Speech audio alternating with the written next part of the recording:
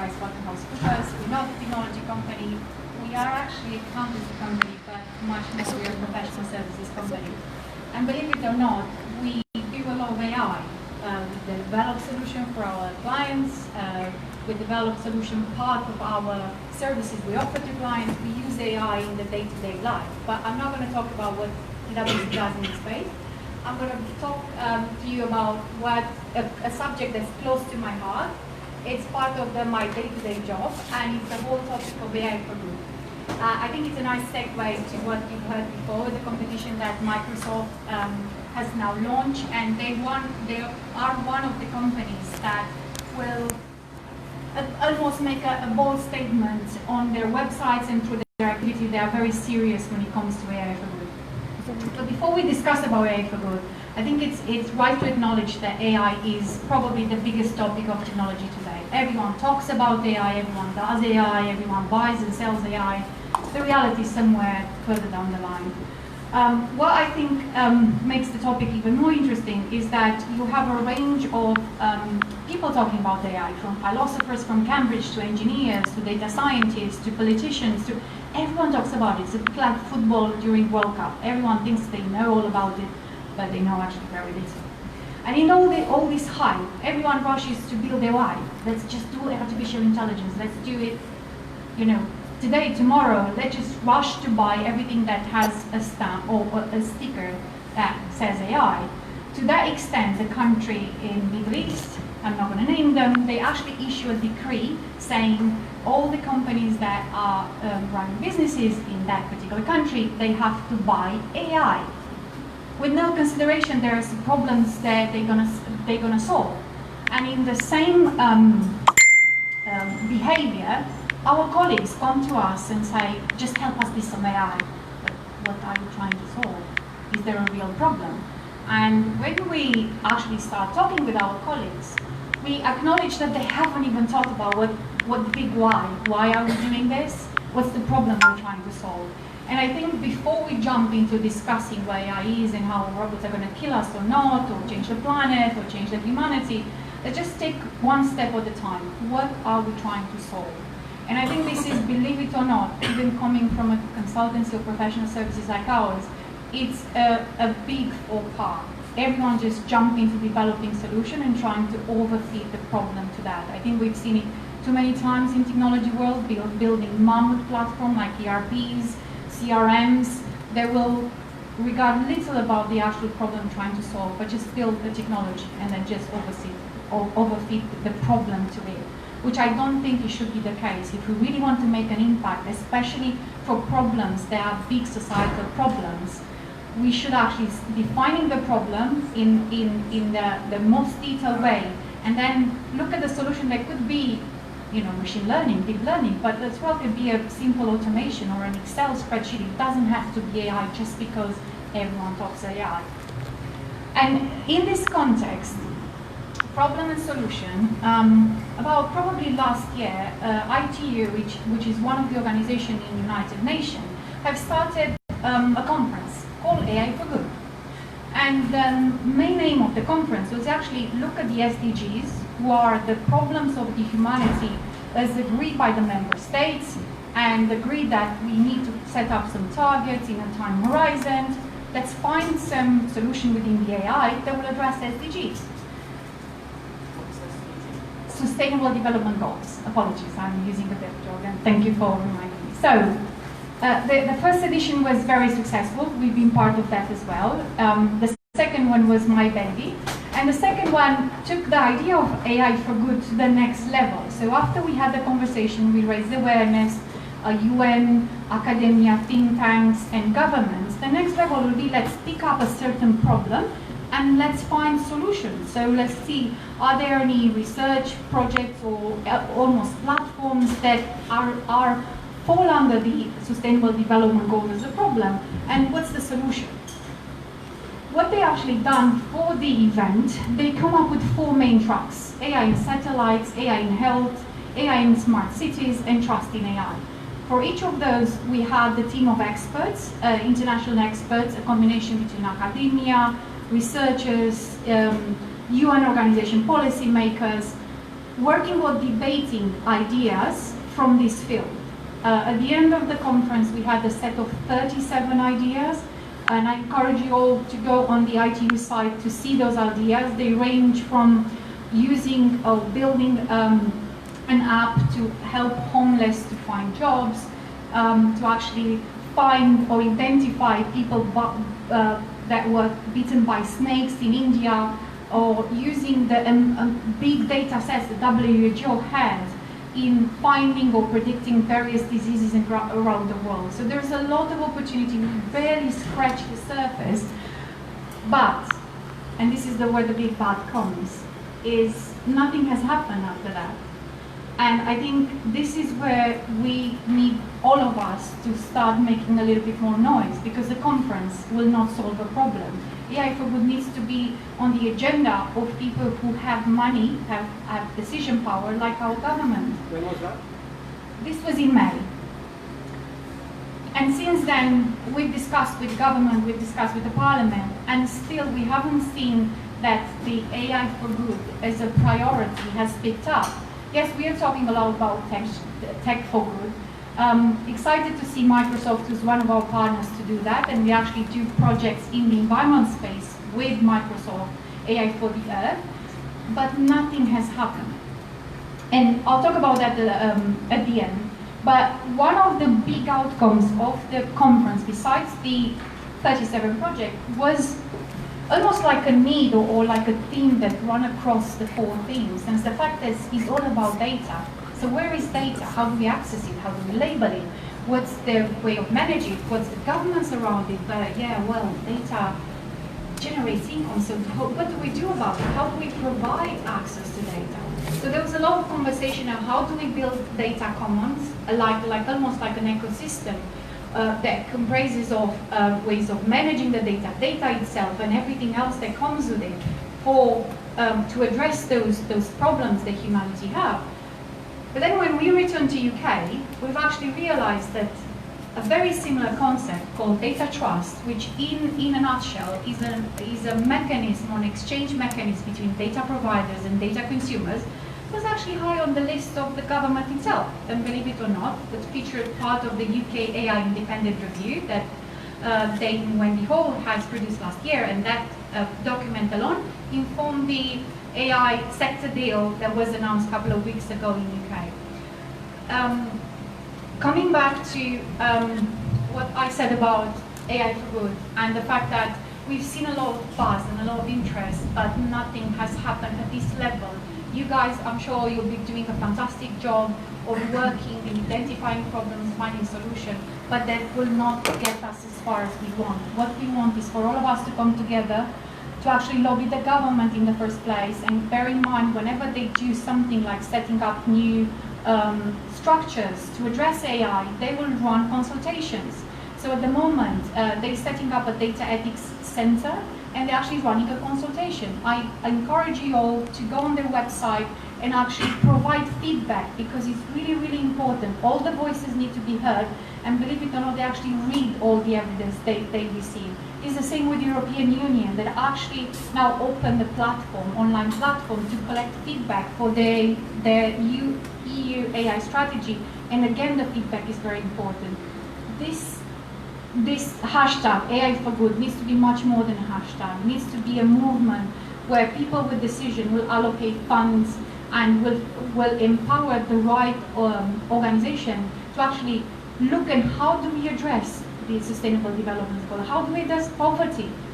I mean, it's at the end, and probably this is not the right message to end AI for Good conversation, but we are using the most advanced form of artificial intelligence, like deep learning and machine learning, to, one, sell ads, and secondly, disseminate fake news on social media platforms. Surely we can do much more with this technology rather than just leave it to Google, Facebook, Amazon, and the rest to get richer and richer. Thank you very much.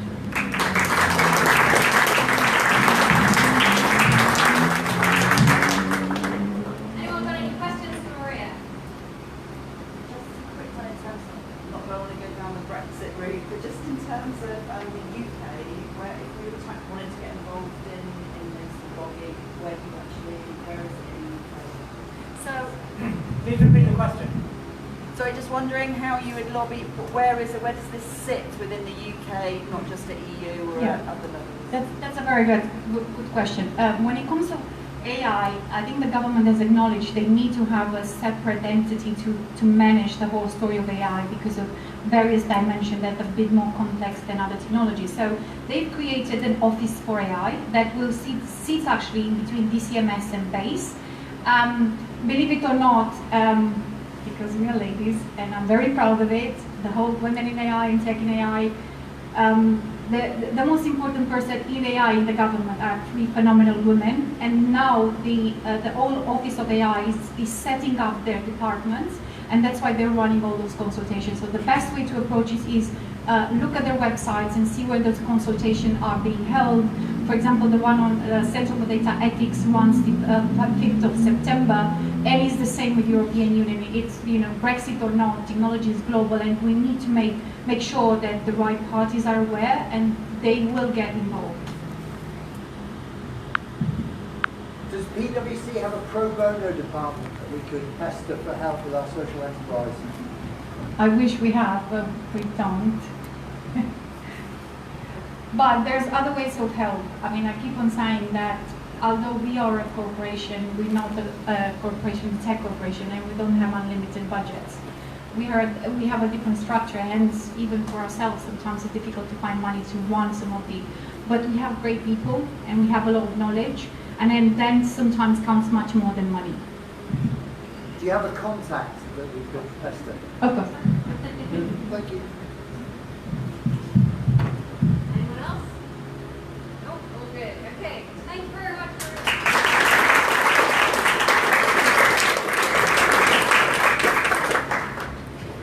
next up. Where's the slide?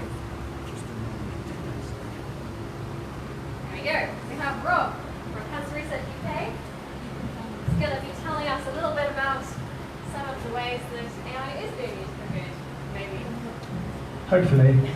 Thank you. Thank you for inviting me.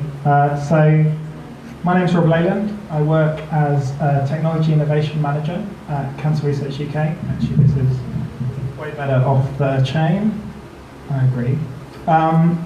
And what that means is we look at a broad range, in quite a small team, a broad range of emerging technologies and how they can be used and add value to what we do at Cancer Research UK, and ultimately how they can play a part in helping us beat cancer sooner. And so we started thinking sort of seriously and acting about a year ago to think about what we could do with artificial intelligence. And we were faced with this kind of mountain of different uses that artificial intelligence can have. And we tried to sort of focus in on what we could achieve and start learning quickly and early. And sometimes the barriers to AI can be things like needing great quality data, and at a big organization that's been running a long time, that can be quite a challenge. There are fields with sort of very sporadic data. And really powerful computational stuff. So we took the decision to focus in on this area of AI, so natural language processing and sort of the personal assistant space. And I guess one reason for that is the flexibility of use cases that being able to talk to someone can have. And another is that with cloud computing, there's a lot of sort of easy to access computational power in this space that you can use to start understanding what people are saying to you, working out what they're trying to do, and giving them back something of value. And so over the past year, we focused really on 2 innovations in that area. So one is the smart-enabled speaker, and we focused particularly on Amazon Alexa purely from a market penetration point of view, particularly when we started sort of 6 months ago or so. Alexa had much higher use than Google Home for smart speakers among our supporters. So we started looking there, and we released a couple of skills on the Amazon Alexa. So one is a flash briefing, which gives news about our cancer blogs, so breakthroughs in our research, that sort of thing.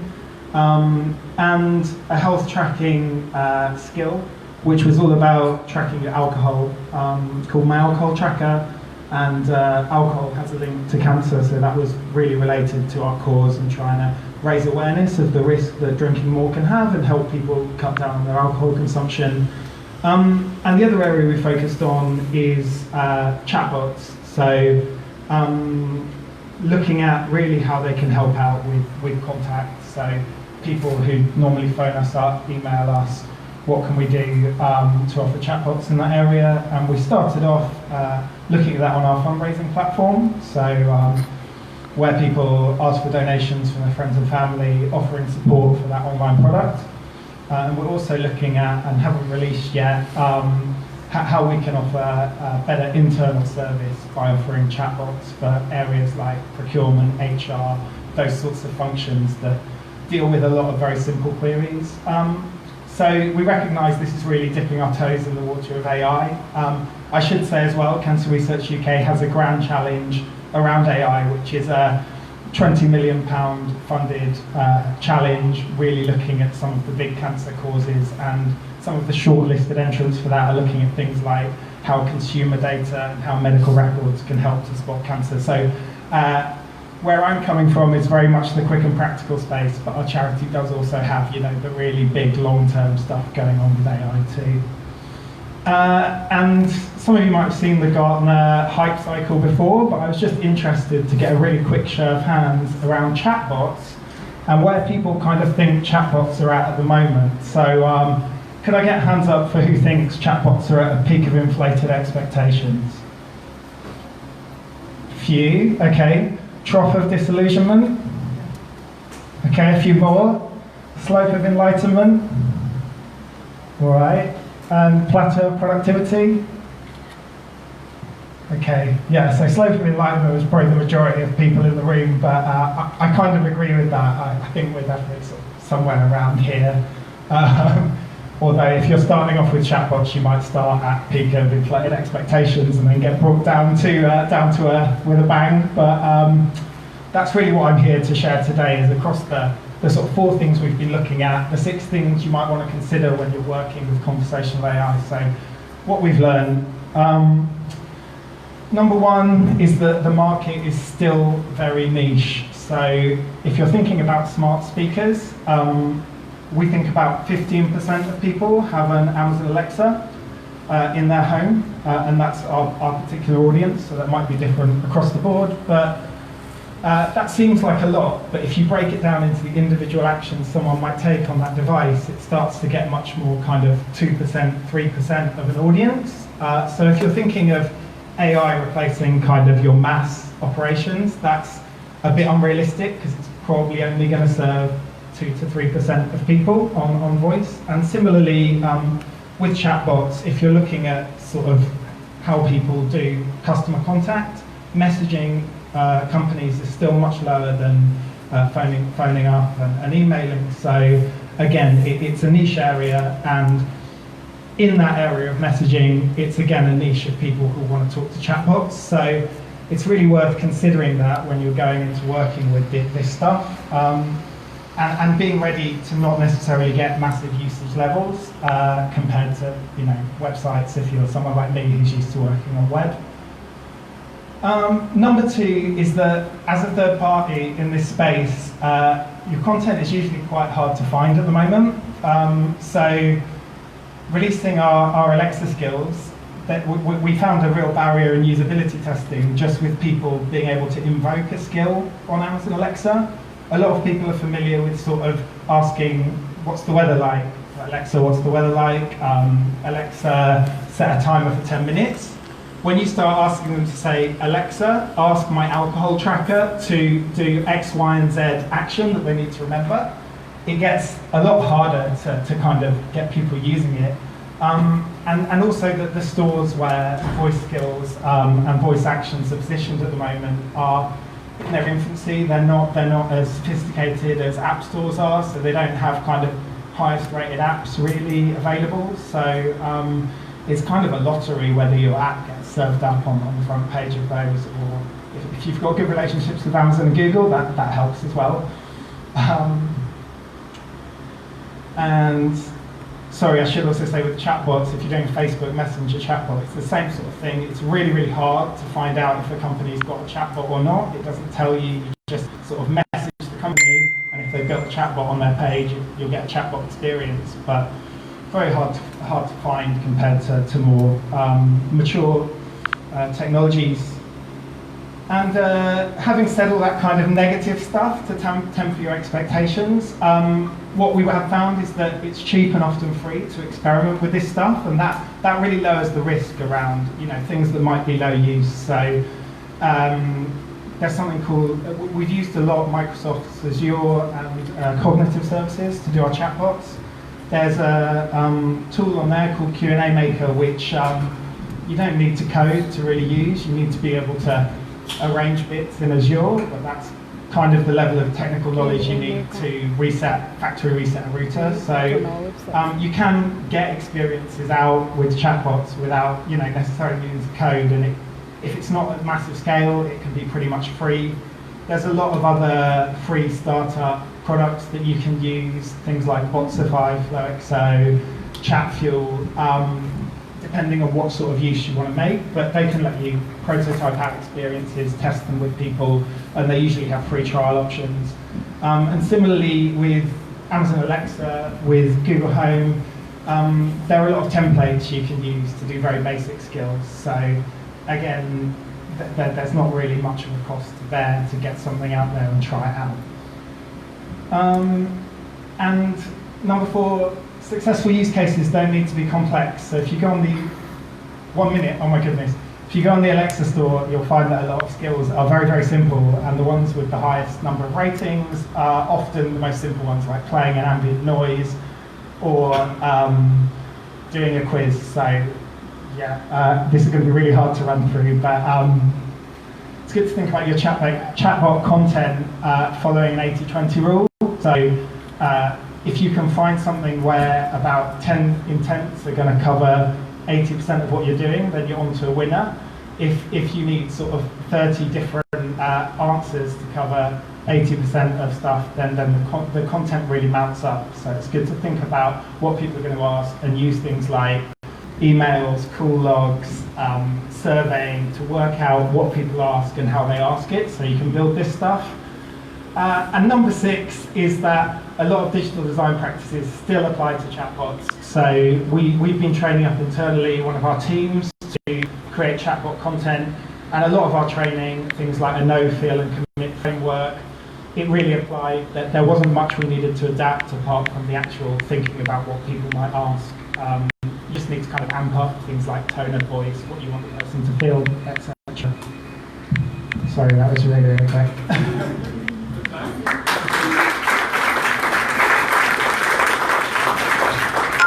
Any questions for Rob?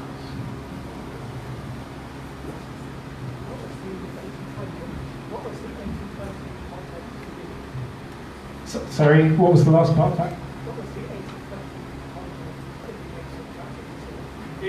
What was your 80-20? Sure. So we put the chatbot that I was talking about on our fundraising pages, and basically measured all the different intents that people triggered over a month-long period, and 80% of that fell into sort of 10 things that people asked. It was stuff like, how do I edit my page? How do I pay an offline fundraising? Was a big one. How do I set up a team?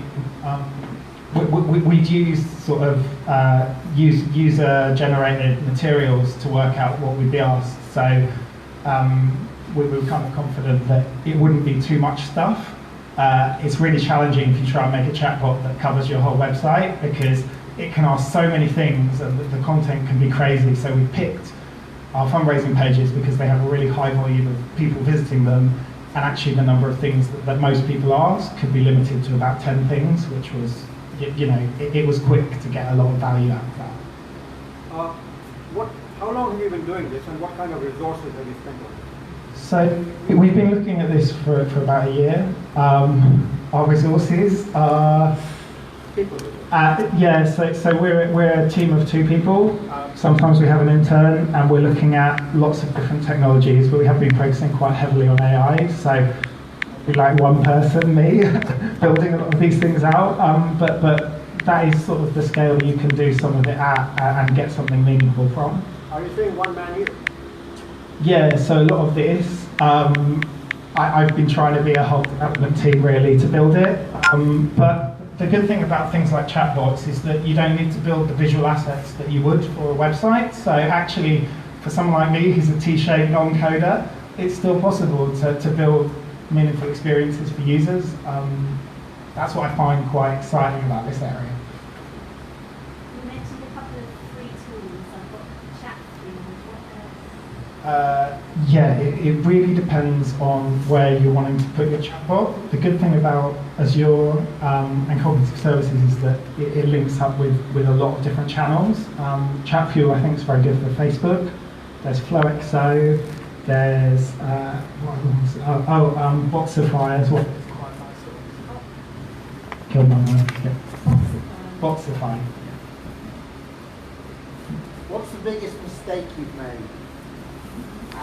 That's a very good question. What's the biggest mistake that we have made with chatbots? I think one of the mistakes we made, so a chatbot I didn't mention was one that we built for our graduate scheme, and that was because we already had FAQs in place for the graduate scheme, so it was very quick to put into the Q&A maker, but actually what we found is that we just didn't get many users at all. Our chatbots get about 1.5% of page traffic using them, so if you put them in a place that doesn't have a significant amount of traffic, you know, you're building something for kind of 10 users a day, 5 users a day, really, really low. So definitely trying to place these in areas where you can be narrow with the content and have really high use is yeah. One other question on platforms. Have you swapped platforms halfway through, and was that a terrible pain or not? We actually started out with a platform called Motion AI, and they got bought up by HubSpot, the CRM, and were closed to new business. And one of the challenges actually with a lot of these startups, I should say, is you need to look at kind of privacy terms, what they're going to do with the data of your users. The stumbling block with Motion AI was that we wanted to negotiate on what our users' data was going to be used for, and it took a long time, and then they got bought up. So yeah, I'd be cautious about going with startup suppliers for chatbots you're going to put out to live audiences. But there's some people out there, so you just need to be careful on what the T's and C's are and that you're happy with them. One more question. How many chatbots have you got? So we've got the graduate scheme one, which we took down pretty quickly because it didn't get much use. We've got the one on our fundraising pages that's we've completed the trial of, and we're moving to production. And we've got the internal one that we're looking at for our procurement function, which is work in progress. Thanks very much, Rob.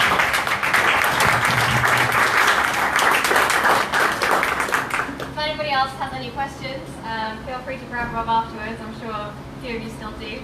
So next up, we've got wonderful Debbie from Unlock, talking about the third part of this topic tonight, helping people by giving and collecting information online. There we go. Oh, and if anyone's tweeting, it's hashtag net2London or at net2London. Number 2. Number 2. Hi everybody, I'm Debbie from Unlock. We are a small, tiny charity, and we exist to help people overcome the long-term effects of having a criminal record. One of the main roles that we play is trying to helpline, give in information, advice and support. The start of digital for us came probably around 2008 when we realised that we could do more with the internet, and with the limited resources that we had, we could use digital to help more people more agilely and more smartly without overstretching our really limited resources on our helpline, which is manned solely by volunteers.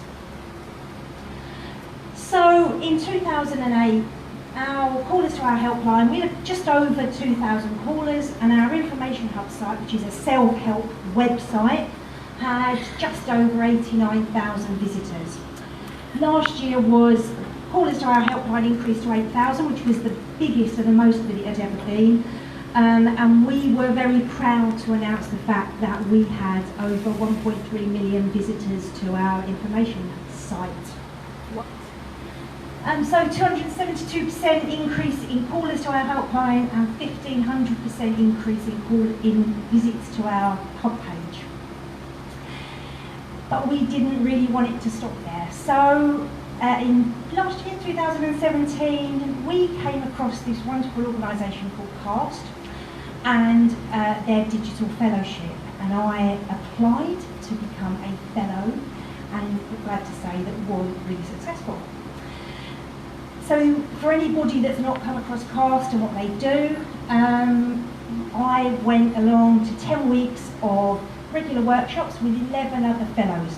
We all came from very different backgrounds, very different size of organisations, but working with different people enabled us to look at how our website was being used, to identify problems that we had, but without finding an answer. And actually working with others, they would have ideas that we didn't, because I think that we ourselves had assumptions as to how we were going to overcome those problems that we had. Talking to others, they always say, oh, why didn't we try this, why didn't we try that? It was an absolutely fantastic experience. So at the end of our 10 weeks, we went back to the office, and CAST came along with an organisation called Founders and Coders, and we ran a workshop. And it was the first time that everybody in our organisation concentrated on something that was digital. Because digital to a lot of my colleagues was something that just happened. It's not really my job, it just is there, it just exists. So it was really great to include everybody. And we sat down and we mapped one of our callers' journeys. And it was really, really interesting. It was interesting to see that a lot of the people that work in our organisation were pretty clueless as to what our information hub did. But yeah, we mapped a journey. And I will come on to what happened after that. But the fellowship ended, and I went back to the office full of thoughts as to what we were going to do. And two massive things came out of that. So we looked at our information hub site, and with the fellows that looked at our site thought, do you know what, this can be quite difficult to navigate. One of the main reasons was because we had created a hub site that was very much subject-led. So somebody with a criminal record wants to find out whether they can get insurance, they would search on insurance. But at different stages of the criminal record journey, there are key things that happen, but to us, people don't know what they don't know. So they were missing vital bits of information that were really crucial at certain points in their journey. So as a new way to navigate through our site, we came up with these 7 stages of a criminal record, which, for instance, was somebody that had just got probation, a community order, somebody that was just leaving prison, somebody that's got an unspent criminal record. And at various points in that, we flagged up the things that somebody would need to know. Feedback was great. Couple of adjustments that needed to be made, which we've addressed and dealt with. And so far it's working well. We then were aware that in August 2018, the Charity Commission were changing the way that certain people with a criminal record could become trustees or senior managers of charities. And certain people with certain types of criminal record would be disqualified from being a trustee. But how do you know? So we developed a really easy to use tool. Used Typeform. It took, I guess, between about 3 and 4 days to build a form that was a really easy click-through format. Asked a series of questions, and at the end of it, it would tell you whether you were disqualified, whether you needed to apply for a waiver. So the the legislation comes into effect on the 1st of August. We've had about 250 users, which we feel is pretty good. So it's been tried and tested, and we now made a couple of amendments ready for the 1st of August date. So what next for us? Well, going back to our design workshop.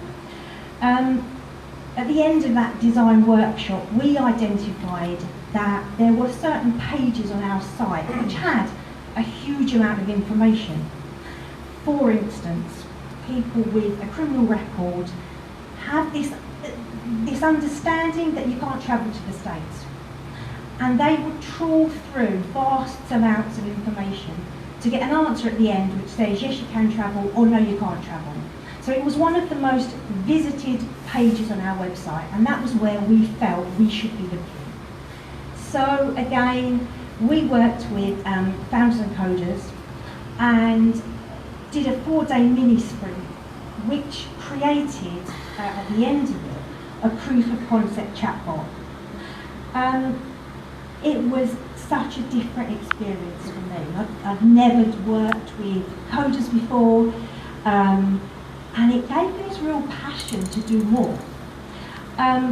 So the idea of the chatbot would be that it would sit on our page solely for people that were looking for information about travelling to the US, and it would conduct a conversation with the hope that at the end it would be able to tell you, yeah, you can travel to the States on an ESTA, you can travel to the States using a visa. At the moment, that's as far as we've got. So we've not tested it.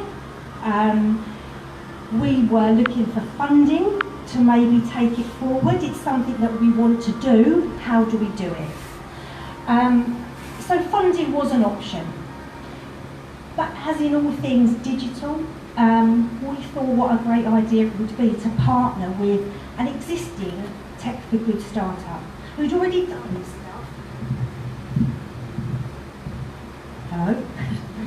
Who'd already done this stuff, but how could we use what we wanted to do using their technology? So we've already started, we've had initial discussions with a chatbot technology company and a startup, and that's something that we really want to progress, and I know that somebody that is talking after me is going to give you a few more tips about that. So the future for Unlock is, well, we will definitely continue to explore the use of digital to meet the increasing demands of the people that we're working with. So currently, 11.5 million people in the UK have a criminal record, 11.5 million people could be our customers. So that's the future for Unlock. The future for me, however, is that sadly, Ellie has unleashed a monster because I have now got this real passion for digital. And I want to do more, which is quite scary for my boss, who now thinks, Jesus, what is it going to cost me? And it doesn't need to be expensive. And I think, as we've heard tonight, there are things that you could do quite cheaply and quite effectively, and that takes the scariness away. That's me.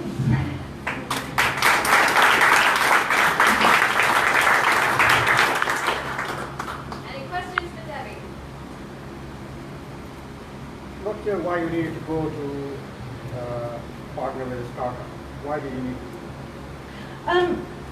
We didn't need to. We could just have gone out and got funding. Yeah, but why would you need that? Why? Because as a really small charity with very limited resources, it's something that we felt we needed to do, but there was a monetary implication in doing so. So funding is an option, and funding would mean that the chatbot would form part of a bigger piece of work, which makes it quite a scary scenario. So a chatbot on its own meant that we could do something cheaply, and by partnering with another startup meant that we could use what they had already developed, but just put our information onto their chatbot. Forgive me, may I proceed this a bit? I don't understand. So you've got a website. Yeah. You put a chatbot on the page. you already have sufficient bandwidth and so on for the website. Your website is working. What's changed that you need to fire stuff in, which is effectively what you're doing? What is it that will require more? We haven't got a chatbot at the moment, and anything new that you develop needs some input and some funding to make it work. So hence we needed some money to get our chatbot up and running. Maybe, how would we buy in and cross-departmental work across the whole charity? You were leading on that. How did you get everybody to work with you to achieve this? The day went really, really well. I think that there was some cynicism to start with, because there are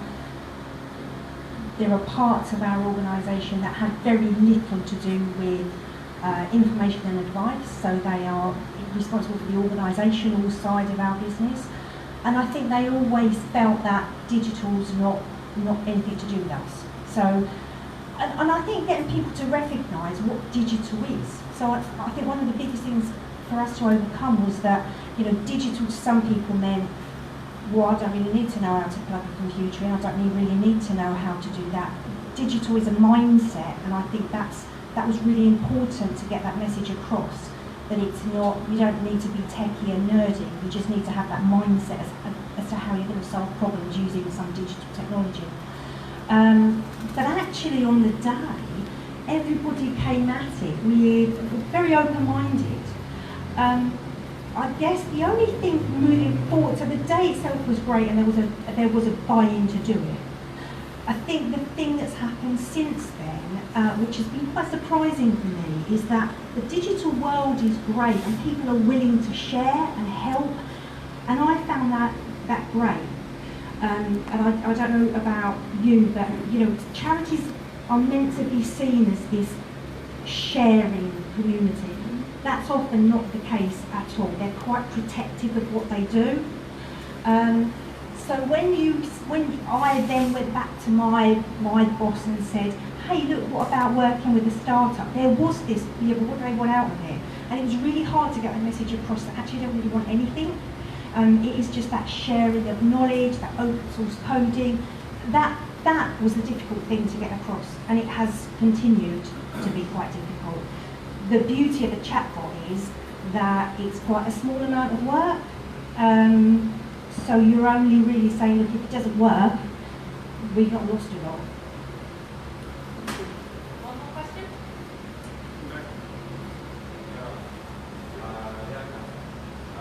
First, thanks a lot for your work with your company. You work with the public content, a lot of information, you work with large systems of radio. I guess one question would be around tech literacy. Work with people that are maybe not those tech literate and maybe they live in situations where they have a computer. How do you deal with that? Yeah, so we work with people that don't have any access to computers or digital, and for us it's never going to be the case that we can always provide information and advice digitally. There is always going to be the need for us to have a helpline where people can contact us. There's a lot of stuff that people can find answers to on our information hub that's really, really simple and easy. But equally, the law is complex, legislation is complex. So we recognise that actually if we free up our helpline advisors to give those people that can the ability to find things out for themselves, it then frees up our advisors to deal with really complex cases or cases where people can't access our information online. Thanks very much, Debbie.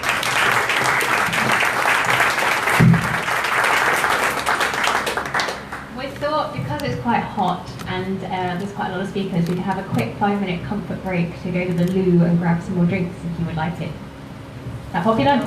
Cool. And then we'll resume in 5 minutes sharp.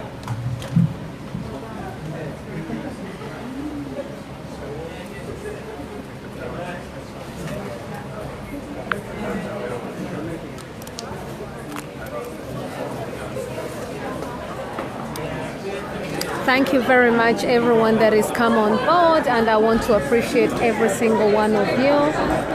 We are talking about AI, and this is a program that is being done by NetSquare, and we are live here in London, and the program is being done by NetSquared.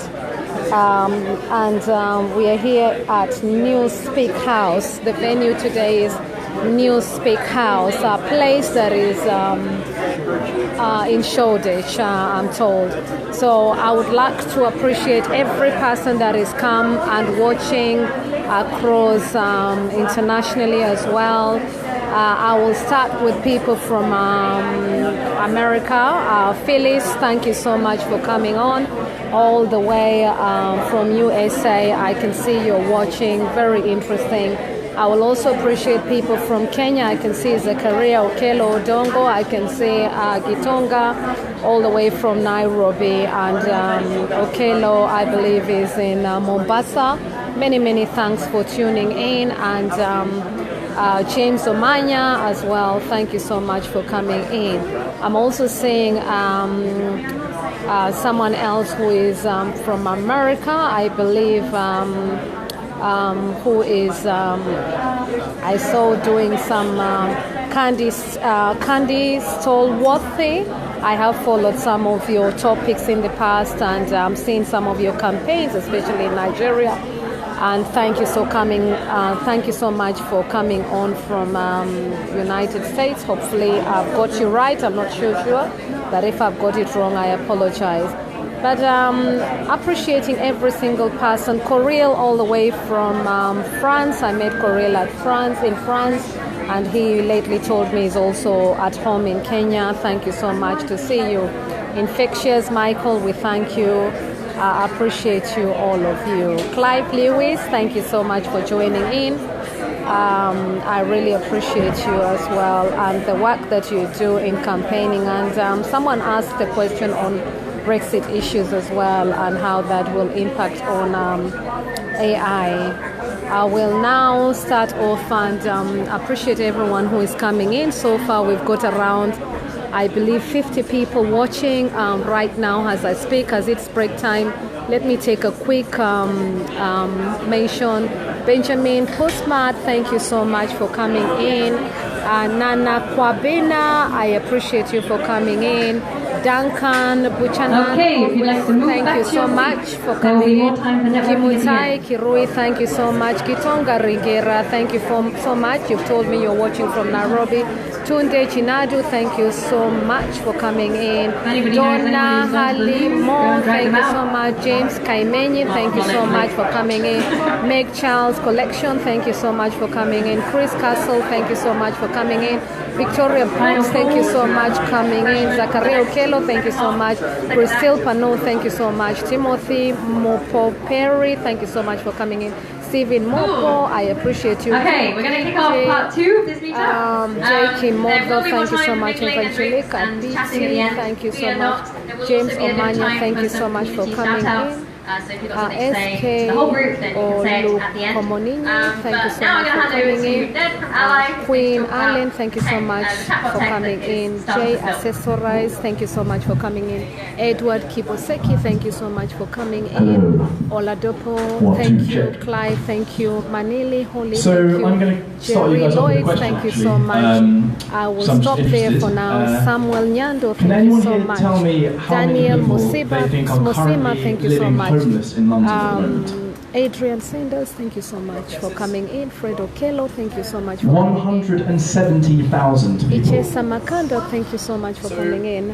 I guess that kind of illustrates the scale of the problem that we're trying to tackle thank you at the so moment. much for coming in. Kimani Mohoro, At thank you Ally so much for coming in. Chatbot, working Peter with housing Jumo, thank you for associations, coming in. local Josephine, councils, thank you for coming in. to try Peter and bring Bray, that number thank you for down coming and in. help as many people as possible Lydia out of Nyambura, thank you for homelessness coming and also in. keep them from homelessness, as well as other kind of related issues. So I'm call the not other going to talk names for too later. long because I realise we're all kind of like, rushed for time a little bit.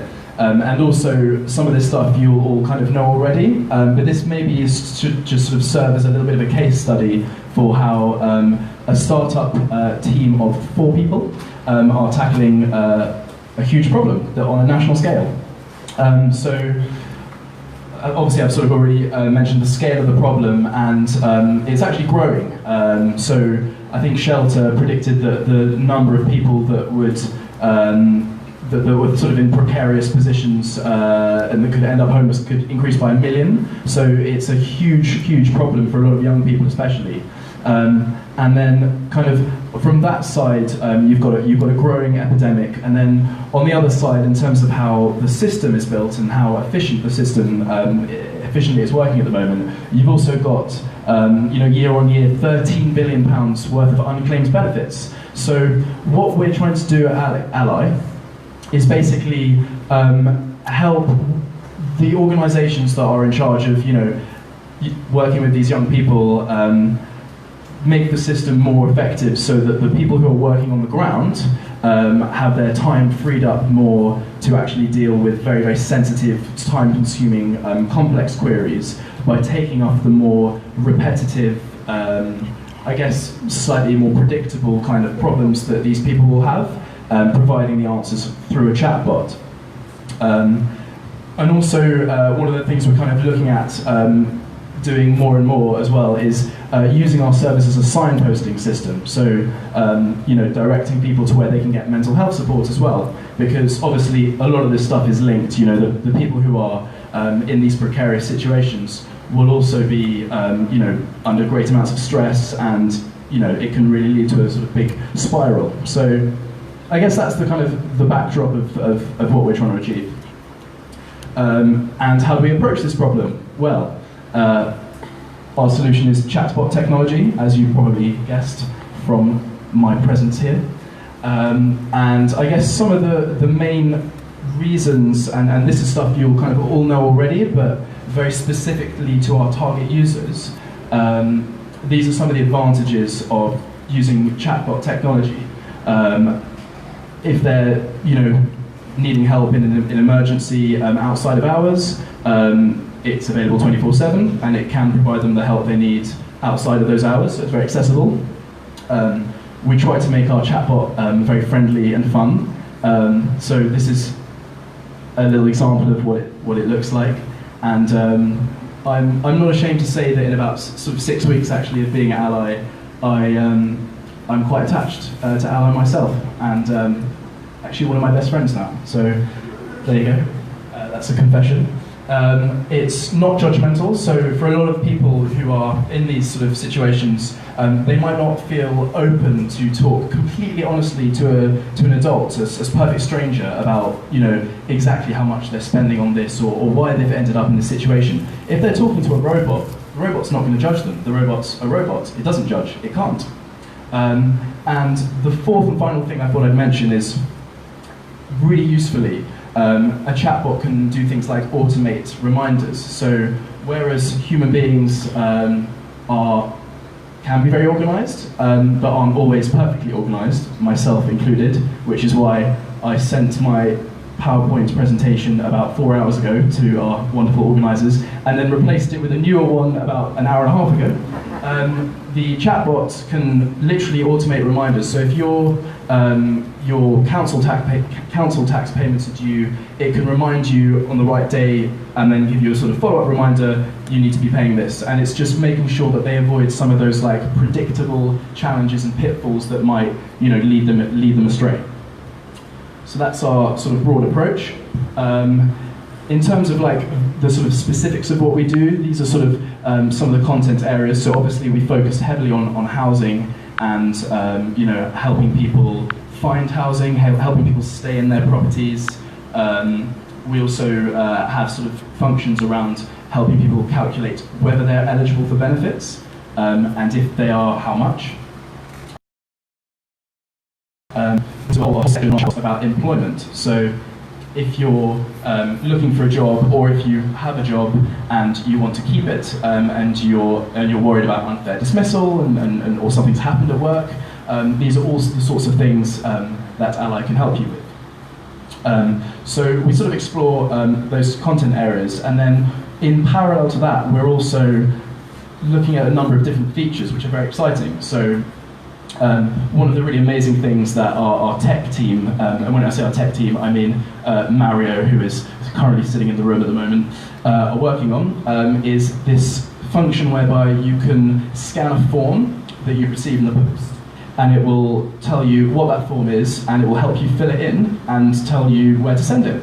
So it's little things like that that just make people's, like the residents' life easier, takes up some of the stress for them. We're also working, because obviously for a lot of our residents, some of the partners we work with, English isn't their first language, working on making the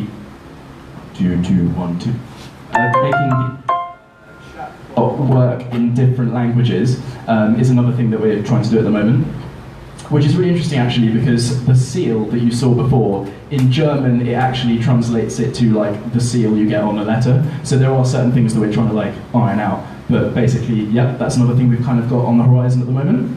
I've already mentioned the automated reminders as a very useful tool, and things that can help you budget, so where you can save money. So similar to kind of services that already offered by people like the Citizens Advice Bureau, but offered through us in tandem with the other services.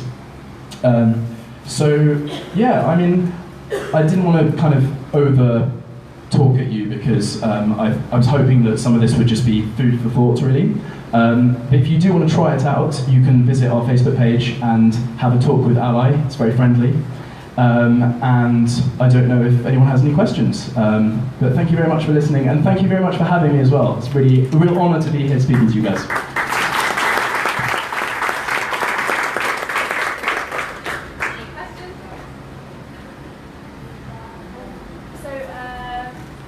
One of the things the other guys seem to be doing quite a lot is like going very niche and talking about like one page or one subject. This is huge. How are you finding that? How are you doing it? So how do we approach such a huge topic? Yeah. So the way our content has kind of grown organically is that depending on the different partners we're working with, they will want us to focus on a specific area. So part of it is actually building up through different projects. If one, so we've just started working with one local council that their prime focus was housing and evictions and arrears. So we really deep dived into that. But then we've also already got content from another partner where it's based on employment. So I sort of present this as this is how we conceived it at the beginning, but it's grown a little bit more organically. And for each project, we also do user research. So we actually go and talk to residents to find out exactly what they need help with, and it builds up over time like that, if that makes sense. Oh, actually, the gentleman at the back first, I think.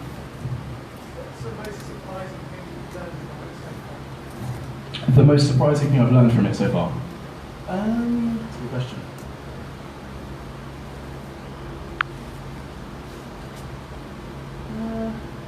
I don't know if it's the most surprising thing. I mean, everything is quite surprising for me because I'm still quite new to the technology itself.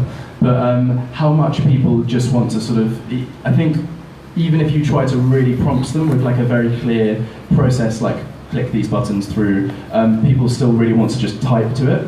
And in a way that just provides us with the challenge to make it more and more AI, like basically AI friendly, rather than relying too much on our process. So the natural language processing is another thing we're doing a lot of work on at the moment to make it a lot better.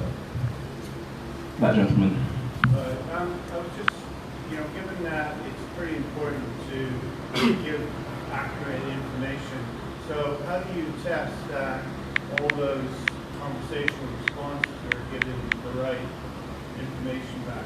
Yeah, so in terms of making sure the information is given correctly when users are using it, is really a matter for doing a lot of very rigorous user testing before we launch. So for a given chatbot, so we've got this sort of central generic one, which we've basically gone through and meticulously checked. Everything has 2 different legal sources for it. That's like our central one. For the specific partner-based ones, where it's like hosted on their website, for example, we go through a period of user testing with them, where their members will check. and then we'll kind of iron out anything that doesn't work or that is. I mean, there's because we check the content for the legal stuff before we even as we're writing it. It's more like functionality testing.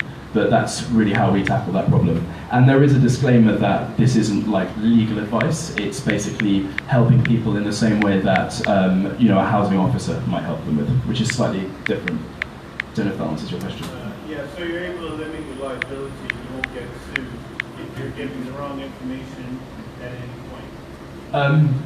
Yes, but it's not about being sued. It's about helping people. Yeah, but sued there. Yeah. Good question. Anyone else? Hello. You mentioned your partners, and I assume that involves sharing data.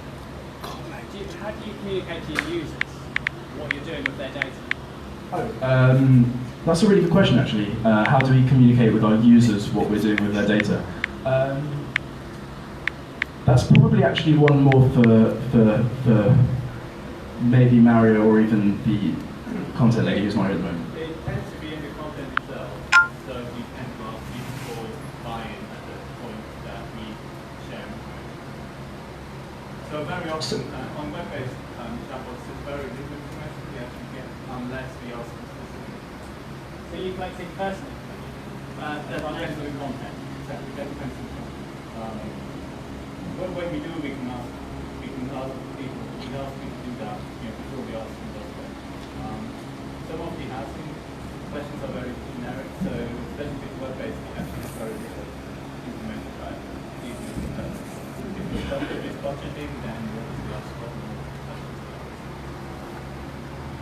Yeah, so it's at the point of conversation that we'll talk. I think is the point that he's saying. So when you're talking to the party, we try and ask people for permission at the point where we actually need to get that permission. Do they know who you're sharing that data with? Say for instance, you mentioned about benefits. Do they know that you're sharing that with like housing benefit? But we wouldn't. I mean, yeah, if we did that, we would ask for that permission at that point. Yeah. At the moment, it's more about generating data depending on what there is happening. We're not sharing that with anybody else. Yeah, the data doesn't go to third parties. It's like a conversation with that person, and they give us information about their situation, and we come back with this is how you do it. Okay. Well, Ally comes back with it, but yeah. There are use cases where, for example, if somebody wants to get in touch with their housing officer, then we could pass on those details to somebody at the housing. But at that point, we could ask for that. Okay. So I think we're trying to ask for relevant information at the time that we need it, rather than at one point.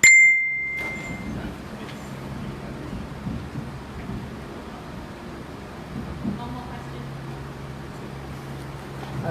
With legal aid being cut and cut and cut, do you think that chatbots provide a realistic alternative in the future, or is that pie in the sky? It's a very good question.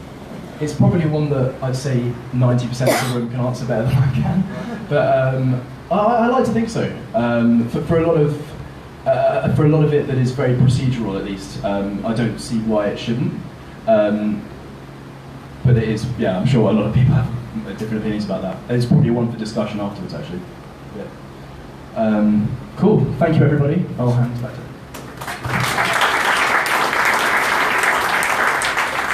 Thanks so much, Ned. I know you've got to run off, but is your colleague staying? Okay. Mob him if you have any more questions at the end. Cool, okay, and then finally on to Florence from the RSBC to talk about, more of the ways that her charity's been using this stuff. Thank you. I'm also, like Debbie, on the Class Fellowship Program. So, very briefly, we decided that we wanted to look at digital innovation, digital solutions, and that it was the right way forward for us. So we decided that we would have something that we call Project Thea. And for those of you who are interested in Greek mythology, you can go and look at it and understand the link with who we are. RSBC is a charity for blind children. We are now a national charity. And we are about 180 years old, so very old charity, gone through lots and lots of changes, roots in education, and really hit the wall about 6 years ago, and we had to reinvent ourselves completely. So move away from education and close down business, start new ones, and then we decided that we were not ambitious enough. So what we would do, we would reach 50% of our market within 5 years, and we would double our income, and we would do that every 5 years. So great ambition. What we decided to do, before I go on to that, is marrying the two, our strategy and our digital solutions. Maybe it was a good idea to go and talk to our users. So we worked with Risen Digital, one of the agencies in Tech for Good, and did about 3 months of user research using Agile as a methodology, which was a revolution for us. We are very much a cascade organization. No, that's the French word, waterfall. So, for me, the most important thing that came out of that research is this, because as a charity for blind children, all our work is around emotional well-being. How do we improve the emotional well-being of parents and of young people? Because blind children, but also their parents, have very high rates of mental health problems, depression, anxiety, loneliness, poverty, at very significant levels. So what the user research showed is that what we do is, people hit a crisis in their life. It can be primary school, or it could be the condition degenerating, and here we come and we help them, and something has happened and they go down, and therefore their life is around this band.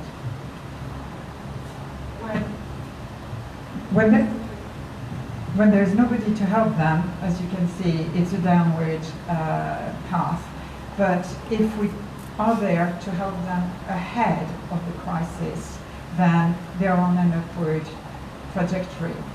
And that really was the crux of all these weeks of really hard work, because out of it we decided that we would have personalized, proactive services, and therefore we will have to change the entire way we work, not just from a digital point of view. So we also decided that we would be with them at every step of the way. So obviously you can't read any of that, but more or less what it is early years, primary school, secondary school, all the way. We support them until the age of 25, and their parents and family. So very ambitious again, and we knew that they wanted to access information, get expert support, meet others, and be more positive about their life. Great. So we thought, well, it would be great if 2 years, 3 years down the road, they would have a digital personal assistant. So, holy grail. So we went into system design. So we looked at our data, we looked at our personas, we looked at user journeys, and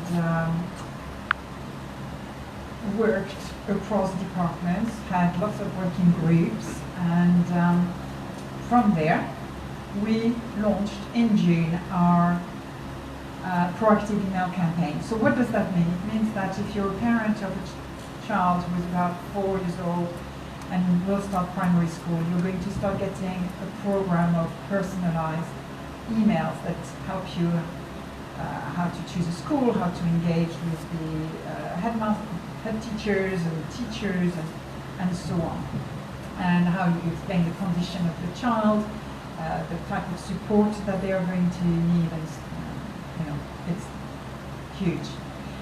But really, what it made us do is create an enormous amount of content. So I know that some people have talked about that. So here we were, we invested into new content, put it on our website, amazing results. 75% of traffic is now out of hours. We had never, well, we thought, of course, like everyone, that everybody has out of hours traffic. No idea that it was so high. We then put our database together. And of course, being a charity, we have a fantastic database for our fundraising. And we have what I would call a project management database for our services. And we have superb information about our children and young people, but we know nothing about their parents, and we're targeting the parents. And we probably have the data, but you know, it's in one of these fields that is used and it's just there, and everything from the full name to the address, the age, and the whatever, you know, what they had for supper is in that one field. So of course we can't work with it. So we pulled our data together and we had 12 names. So okay, not a very good start. We've got to do better. And we then had worked on our personas. So I'm from a marketing background, you know, really excited about shaping these personas, and worked with the data we had, and of course went to services and they said, no, that's not our beneficiaries. They don't look like that at all. You know, they are totally different. And no, you can't talk to them that way. So I could go on, but what I realized is that we have a digital team. They are incredibly competent.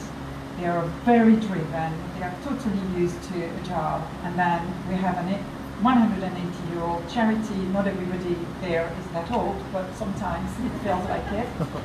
And it's very protective. You know, this is my area. No, you can't talk to my beneficiaries to find anything about them. You know, we can't change the way we do things, and so on. What do you mean I have to clean data? I should be talking to people, to change their level of anxiety, to help them. So you're now asking me to go back to my database and give you the data you need. So we have all these tensions. I'm sure that within the next 3 months we will be there. The program has started. It will get better and better.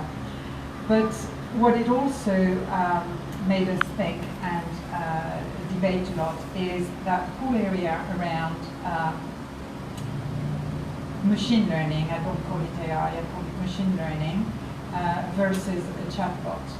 And as part of that ideal of having a personal digital assistant for our beneficiaries, we decided, I'm absolutely convinced and committed that as a charity we're not going to develop our solutions in isolation. We just do not have the money in the charity sector to duplicate and not work together. So I work for another startup, and everything we do is open and it's global and it's a huge success. So how do we do that? How do we do that with other charities? How do we have solutions that also are global? Because frankly, there are blind children sadly everywhere in the world. And so we partnered with another charity and a digital agency, and we had in-depth conversation, and we decided that's it, we're about to sign. We had our memorandum of understanding, and then I just thought, you know what, I'm not convinced our roadmap is the same as theirs. And they were totally going for machine learning. And what came out is that we, as a charity, so there are about 33,000 blind children in this country, okay, multiply it 20 times, so, across the EU, well, not even that, let's say 5 times, so, you're still in numbers that are way below a million. Our charity partner is in the millions. And what was absolutely right for them was wrong for us, because we will never have the data that is going to make us really use machine learning. So we are working on the chatbot because we do want that interface. We have as Matt mentioned, very important, our beneficiaries do want that degree of separation. They do not always want to speak to a person. They want that level of control in how they engage, what information they share, and when. The other area where we parted ways is for us, it's absolutely essential that we have voice in, voice out. This is our market. And our partners were saying, well, that's great, go off and develop it. And I thought, well, you know, why would I develop it and on my own? So I went from, oh, I'm all about open, to suddenly thinking, well, am I that open? So, you know, we have these tensions in what we do. So I'm sharing that because, and we have pulled out of the partnership, and we are we're putting our roadmap together for that chatbot. It was a very difficult decision for many reasons, but I'm absolutely convinced it was the right one for us. Thank you.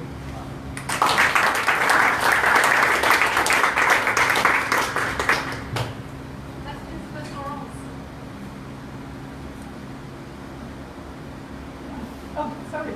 I have got one. What would be your advice to anyone then considering a joint venture with any other? What's the one thing you'd say? Okay. Oh, I can't say one thing. Yeah. I think absolutely hashing out what you want to do, so that roadmap in, and I'm not a tech person, and I played the card of just give it to me in plain language. What are we going to do? We're going to invest a lot of money. What do I get for, you know, these milestones? And the other one, with the other organization I lead, is absolutely get your governance right. You know, we're all friends, it's fantastic, we're excited, and we start working together and we don't agree the governance, and then problems start, because you have partners who want to commercialize, you have partners who want to open, and it's a real mess. And we lost 9 months because of governance. Yeah. Hi. So, really excellent talk. Thanks for that. What kind of resources have you put into it? I keep asking the same question. Yeah. So, money, manpower, time. Okay, so I've pitched to our board of trustees to invest in this, and I thought, you know, where do I go? Small charity, £5 million revenue, and I said, well, I can't really ask them for $1 million, so I went for $750,000. They said yes. So we have that money. It's $750K. Yep, might be out of our reserves, obviously out of fundraising. I think we will need it over 3 years. A large part of it will go into content development. We are at, you know, we started last November and we were at ground zero. A bit like we were talking about benefits, I think there was a question around that. You know, you have to get your content absolutely right, whichever area you're operating in.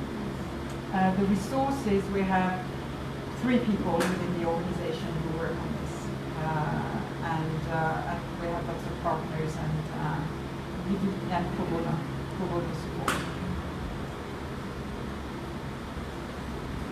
Yep. What benefits did you put forward in terms of measures of success to get that sort of level of investment? So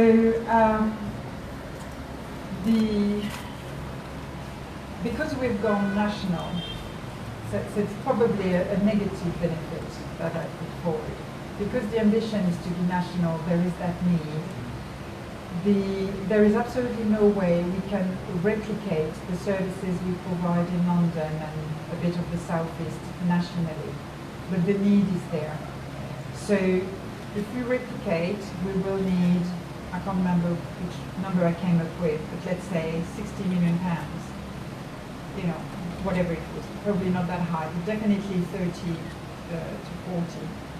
And by doing this, you know, we can, I put together some, I keep using the word roadmap, but you know, some evidence of what we could achieve and how we would achieve it, how we would acquire beneficiaries over time and hit our targets. And therefore, you either change your strategy because you can't fund it, or you invest in this, leverage it by partnerships with other organizations, and then achieve what you want.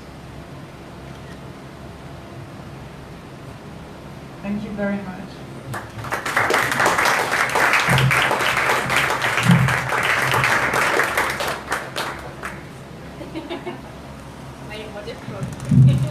Thank you so much to all our fantastic speakers tonight. That's, yeah, really great diverse range. And hope people found that helpful, interesting, inspiring. Right, now if you guys have anything to say, we have this section of 1 minute community updates. Dun, dun, dun. If anyone does want to announce something to the community, and we're all lovely, intelligent, interesting people here, would you please come to the front and say what it is and how people can get in touch or find out about what it is. Okay, here we go. Come on, we've fun. Hi, I'm Lucy. I'm a fellow here, so you can ask me about that. But I'm also, I work with Finders and Coders, who Debbie was talking about. We worked with them to build their prototype. And we are looking for people with projects or problems who are willing to explore a digital solution. So Finders and Coders is a software development bootcamp. It's free, it's cooperative, it's peer-led. It's a really great organization. I can talk about it forever, so please come and ask me if you've got questions. Our students are looking for projects to work on. So please come and talk to me if you think you've got a problem that you'd like to explore a digital solution to. You don't need funding. If you do have funding, it's even better. Come and talk to me about it. Cool. Next up. Super quick one. I work for a charity called DataKind. If you haven't heard of us, if you're from a charity and you do have an idea for a data project, you want to dig into the data that you hold on your beneficiaries or users, you've just got an idea, we hold monthly office hours in our office just by Old Street Station. You can sign up online. I'll share the link on the meetup page later on. We have a whole community of wonderful pro bono data scientists who are ready to help you think through your data problems. Both of those organisations are awesome. I love them both. I feel like I should have said my one at the start, but I forget a lot. One of the things that we run at Tech Trust, I work for Tech Trust, one of the things we run at Tech Trust is called Charity Digital News, and just as a matter of interest for what we're doing, as well as the AI for Good thing, is on Charity Digital News just in the last 3 weeks, I think we've published 3 articles which are just general sort of advice and guidance-y things on AI for Good. So we've got a load of case studies. AGK are doing really cool stuff with Alexa and elderly care, through to a load of accessibility ideas. So if you're looking for ideas for what your charity might do for the application tomorrow, just check out some of the articles, they're all free. That's my pitch.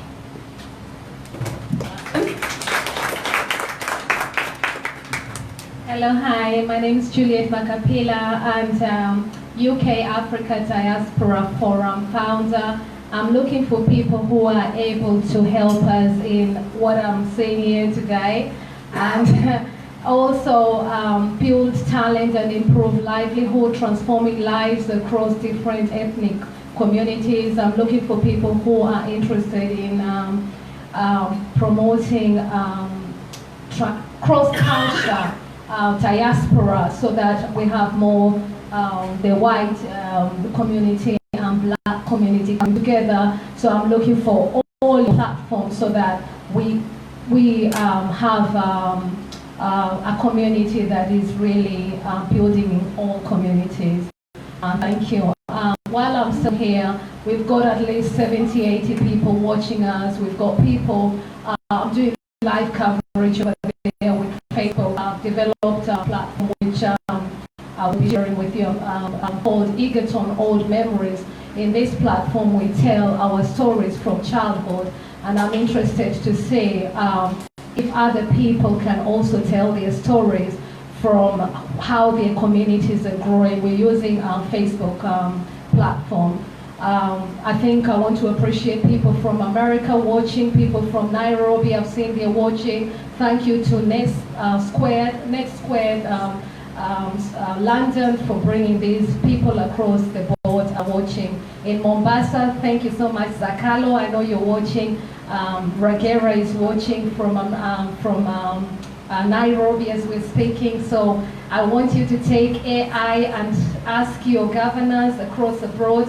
Please, please, please, thank you so much to this platform. Thank you very much. Truly international NetSquared community. Next up. Hi, I'm Adam. I work for Social Finance, and we are redoing some of the work in children's services, and we're hiring a front-end developer who knows React. So if you know anyone that's interested, we'd love to talk. Thanks. Lovely. Hi, I'm Jenny Person. I'm director of a civil society, Defend Digital Me, and we work in data privacy and digital rights for children. And I want to just draw your attention to something that we're not responsible for, but you might want to contribute to, which is the Information Commissioner Office consultation, currently open, closing on September the 19th, which is consulting on age-appropriate design in data protection, data privacy. So if that's your field, please take a read on the Information Commissioner's website and consider making a consultation contribution. Awesome. I think I'll just say as well, I'm from CAST, who run the Digital Fellowship that a couple of the speakers tonight came on. So if anyone's interested in that, come talk to me after. I'm going to hand over to Matt. Yeah, just to wrap things up, so thanks so much for coming, everyone. A couple of things. So as we do at all NetSquared events, we're closet alcoholics. So we're going to go to the pub after this, and you're all welcome to join us. We'll have really interesting conversations about some of the stuff that we've heard about this evening and more. We're going to go to the Well in the Bucket. It's just next door. We can hang around for 15 minutes or so.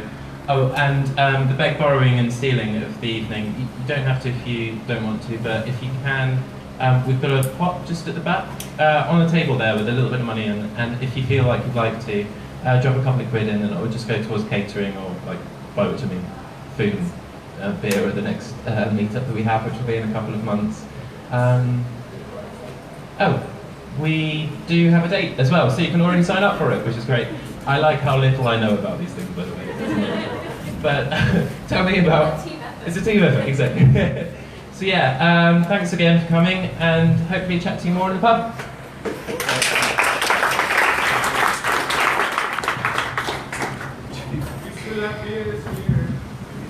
Drink the beer. And thank you so much to everyone who is watching. I would like to appreciate every one of you. We are finished, and I will be speaking to a few networks over here. I would say thank you so much for coming in from whichever part of the country you are. Everyone watching here in London, please come. Today was about AI chatbots and smart ways for charities to give and collect information online. So that was what different organizations, small charities and people came in here, and they bring a platform here together. So yes, I sincerely thank you all for watching. Fred Okello, many thanks for coming in. Echesa Makanda, thank you for coming in. Phyllis Marlin from United USA, again, many thanks to see you online. Ola Teje, thank you for coming in. Kimani Mohoro, I appreciate you for coming in. Peter Jumbe, thank you so much for joining in. Peter Bray, many thanks for coming in. Lydia Nyambura, thank you, I think I called you earlier. Joyce Wamboy, many thanks for staying as well. Sarah Madube, thank you for coming in. Bishop T. Evans, we thank you, Bishop, for joining in. Olawale Walata, many thanks. And of course, our community leader, Elizabeth Koroma, many thanks for seeing you online as well. Dolly Sanko, many thanks. Julie Foster, thank you for staying all the evening and being with us. Abbas Dubunya, many thanks, welcoming you onto this platform. Sarah Sweet, many thanks. Tinuke Sofuni, I appreciate you. Liz Shera Kamau, many thanks for seeing you, and it would be good to see you more often. Jimmy Larry Muradi, many thanks for coming in. John Marshall, say hello to my Sherry Belly for me as well. Say hi to her. Thank you so much for watching and staying with us. DJ Buchezo, many thanks for coming in. Joy Oseguba, many thanks. Demilola Abbas, many thanks for coming in. Kazim Atanda, Olawama Yowi Seye, we appreciate you. Honorable Abdallah Kasangaba, many thanks for coming in. Christina, Tina, I really appreciate you. Kisa Junior, Derek, thank you for joining in, and thank you so much. Let me know what is happening in your corner. And Gitonga, thank you for coming in. Tell me what's going on in Nairobi. I have mentioned you were watching there from Nairobi, and you told us the reception was also clear. Many, many thanks for letting us know what is happening. Sam Robinson, I appreciate you. Michael Karaoke, thank you so much for coming in from Oxford. Brian Stoke, lovely to see you online as well. Thank you so much everyone for coming in. I will be leaving shortly, so I can join others. And I want to catch up with a few people, so allow me to say many, many thanks to you all. Let me know what your thoughts are. Let me know your thoughts in technology.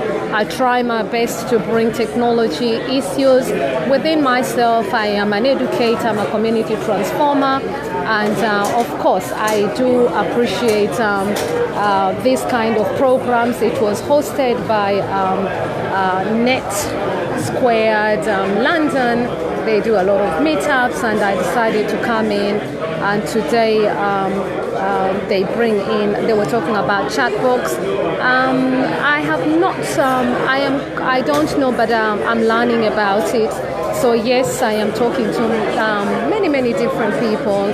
Technology is important, especially when there's less resources. I am also very interested with making sure that technology doesn't destroy our world. So definitely I'm watching closely what technology is doing to our world. Personally, that is one of my interests, and I'm interested with what is good about technology. So give me your comments, give me your feel. You can follow me at JNM1000. Follow me at JNM1000. I repeat, follow me at JNM1000. That's my Twitter handle. I'm still learning properly how to use my Twitter, but mainly you can find me on my Facebook page, which I try and make active. Also, join me in my 120 challenge, which I announced yesterday. For those of you who are interested in doing a challenge and shape up your body into well-being and just keep fit, please do join me in my 120 days challenge. I encourage you all to join me. I will be posting this video now, so let me say good night wherever you are. And I will say good night to you all wherever you've come from across different places. Many, many thanks. So I'm quite delighted to be talking to you, of course, and it is always lovely to bring you live as I can, and of course the one and only Juliet Macapila. You can follow me at JNM1000. My telephone number for those who want to use WhatsApp to give me your comments is 077 423 84052. I repeat, 077 423 84052. If you're in international, it's plus 4477 423 84052. And thank you so much everyone for watching. So yes, I'm a little bit, I'm just waiting for people to finish off their networking, and then bring your questions. Let's continue the conversation. Over the weeks, you'll always see me doing different topics. The reason for this, I do this because I believe in sharing information, learning from each other is very important in my life. I'm quite transparent and I'm quite open to different learning programs and different ventures that are happening across the capital. Wherever you are, please bring it on. Tell us what is happening. Assess your area. Let me know. I can guarantee you that you will always see that I have followed those links. And it's always great to see many people come in. And thank you so much for coming in and joining my journey. It is in you to create a better world. It is in us all to enjoy the planet. And it is in us all to make sure that we look after our planet and what we've got in our soul. Many, many thanks for coming in again and joining me. My name again, for those who don't know me, is Juliet Makapila, and it's great to share the platform with you. Let me know what your interests are. Always inbox me privately for that.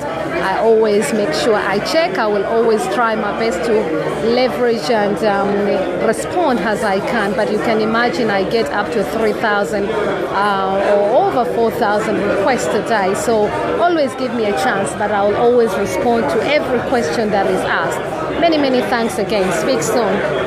Good night for now from me, Juliet Makapila.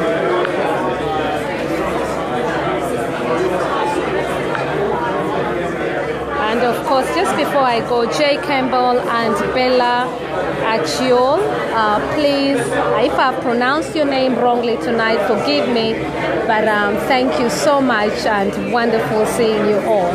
Many, many thanks. Good night.